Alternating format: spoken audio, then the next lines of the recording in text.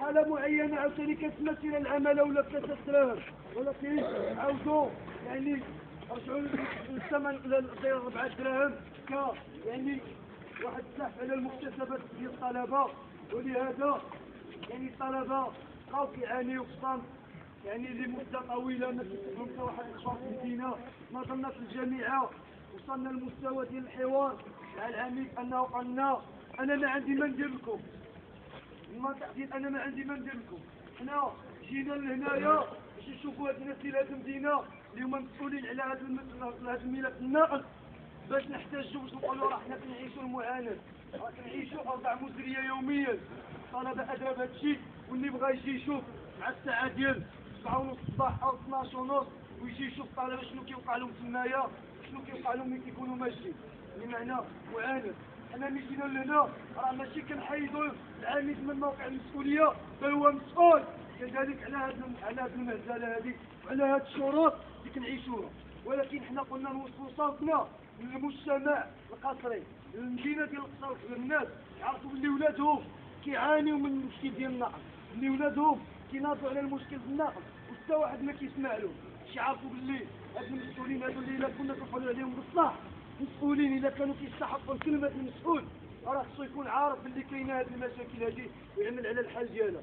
ولكن الحق حنا في دولة المغرب لا صحة لا تعليم، الله يجيب هادشي اللي كنعرفوا في هاد البلاد هادي، كلشي غادي بالرشوة، كلشي غادي بالمحسوبية والزبونية. الطلبة خاضوا النضالات ديالهم من داخل الجامعة، قدروا على انهم يحصلوا مكتسبات يعني وينتزعوا مطالب. قالنا المشكل ديال نقل الطلبة اللي كنعانيو منه، الطلبة رساو انهم يخرجوا للشارع باش يعبروا على الراس ديالهم لهذا الوضع القائم اللي كيتحمل فيه المسؤولية يعني كافة المسؤولين، من العميد ديال الكلية الى المجلس البلدي الى العمالة، يعني كافة هاد عباد الله هادو مسؤولين على هذا المشكل هذا وهذه المعاناة اللي كيعملوا راسهم ما عارفين شي. اللي حنايا كنطلعوا مزاحمين، اللي كنطلعوا ب4 دراهم صلالي و4 دراهم في الروتورية 8 دراهم، كنعرفوا طلبة اقسم بالله ما كيطلع للجامعة على 8 دراهم. واش الطالب عاد تقول له انت المسافة؟ الطالب خصو يمشي ثمن رمزي، خصو يمشي ثمن رمزي، ما خصناش هاد المسافة بعيدة او كذا، حنا ماشي سوقنا. حنا الا خلص 100 دراهم كنمشي كنلقى الطامة الكبرى اللي واحد البيبات كنا بأثمنة مرتفعة، كنمشي كتلقى ماركة بأثمنة مرتفعة. واش هاد الطالب كي غادي يدير؟ يجلس في دارهم، ما مشيتيش تقرا مشكلة، جلستي في داركم مشكلة. شنو غادي يديروا الطلبة؟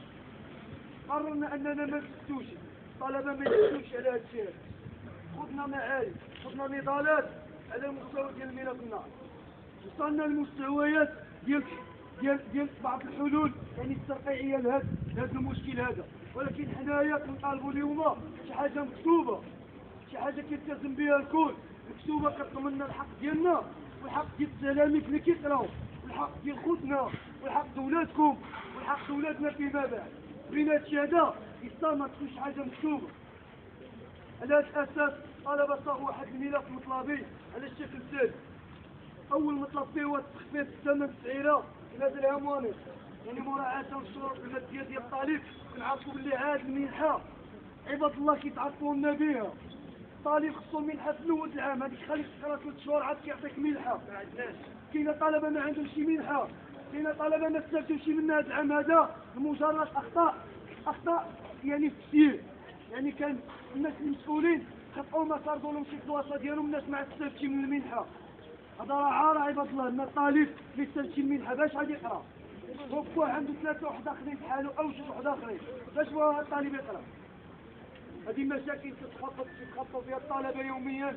بالتالي هذا المشكل ديال النقل، الشق ديال الثمن بالضبط يعني مطلب ملح ديال كافه الجماعات الطلابيه، على اساس انه يتخفض بدرهم ونصف حسب الطلب.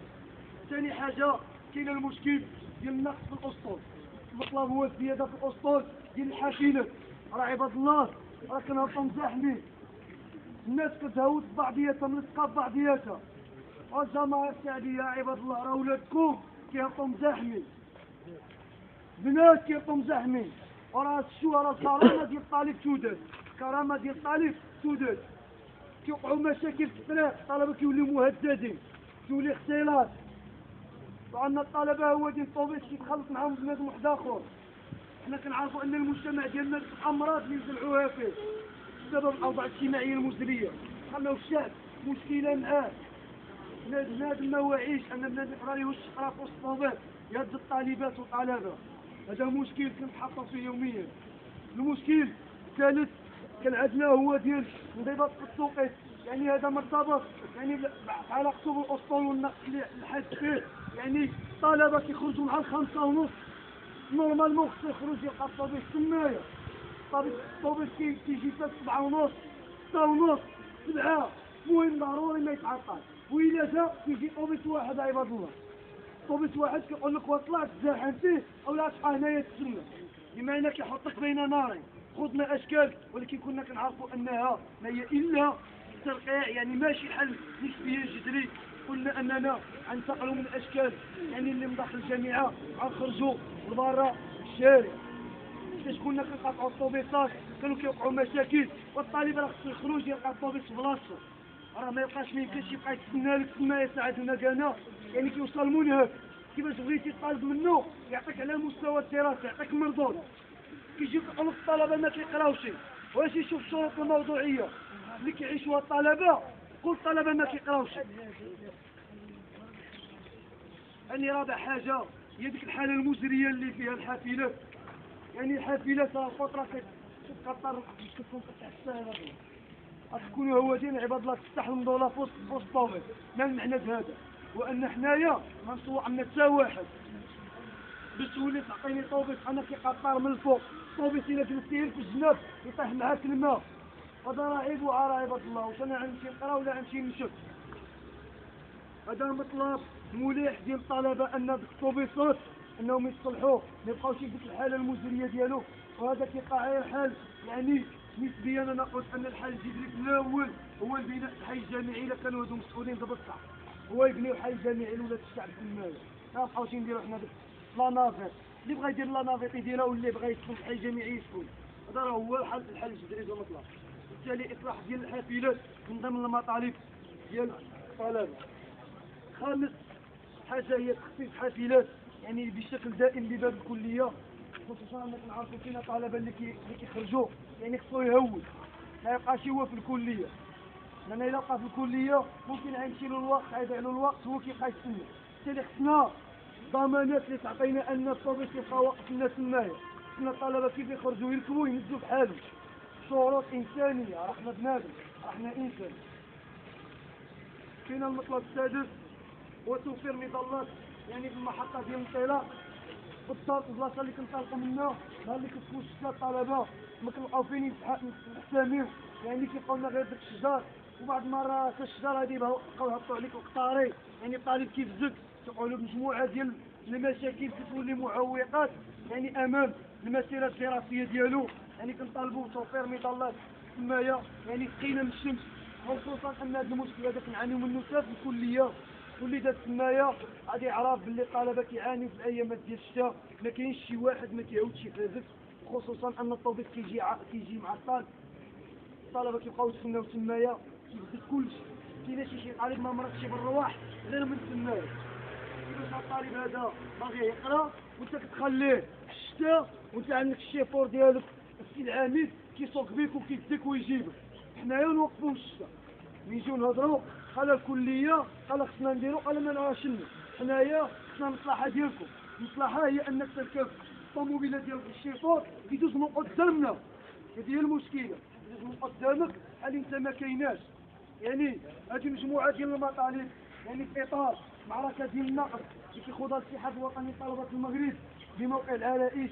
يعني مع الطلبه ديال القطار الكبير اوفو تحفيز شروط يعني النقل، شروط نقل تليق الطالب يعني تكون كرامه الطالب وتخلينا نمشيو مرتاحين ونقدروا اننا نقراو، نقدروا اننا نعطيو على المستوى الدراسي. حنا باغيين نقراو. نهار اللي بغينا نقراو عباد الله جينا لقينا مشاكل بالجمله. كتبغي تجاوز الاول كتلقى المشكل الثاني، كتجاوز الثاني كتلقى الثالث، تلقى الرابع. عندنا العوائق. العوائق ماشي الطالب ما باغيش يقرا، لكن عوائق بزاف.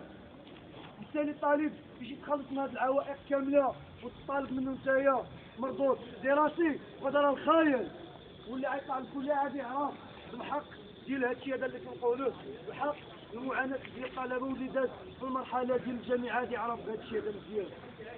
المهم تحية لكافة الطلبة طالبات الجماهير الشعبية كافة القطاعات التقدمية الديمقراطية اللي ساندتنا تحية لكم.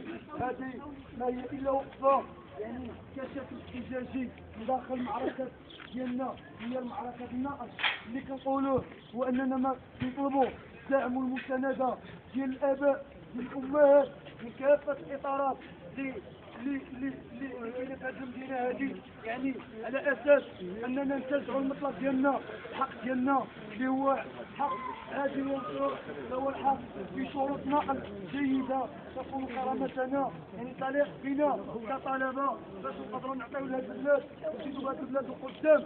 راه ديك الهضره ديال التلفزيون عطنا في الراس كنديروا نزيدوا بهاد البلاد القدام. إلا ما قريتيش الطلبة وعطيتيهم شروط مزيانة أنهم يقراو على أنهم يدرسوا على أنهم قدموا لهاد البلاد شي حاجة يطلب منه أننا بغينا نتقدموا. الدولة بعمرها لا تقدمت إلا ما كاينش التعليم مزيان. هذه معروفة ما كاينش شي واحد ما كيعرفهاش. التعليم ثم التعليم ثم التعليم راه بلا تعليم ما كاين والو. ثم الطلبة شحال منهم أصلا الشروط اللي خصهم هي النقل ثمن مناسب نقل الشرط مزيانة يعني كاينة مشاكل من داخل الكلية. حنا كنضربوا موعد مع كافة الجماعات الطلابية أنه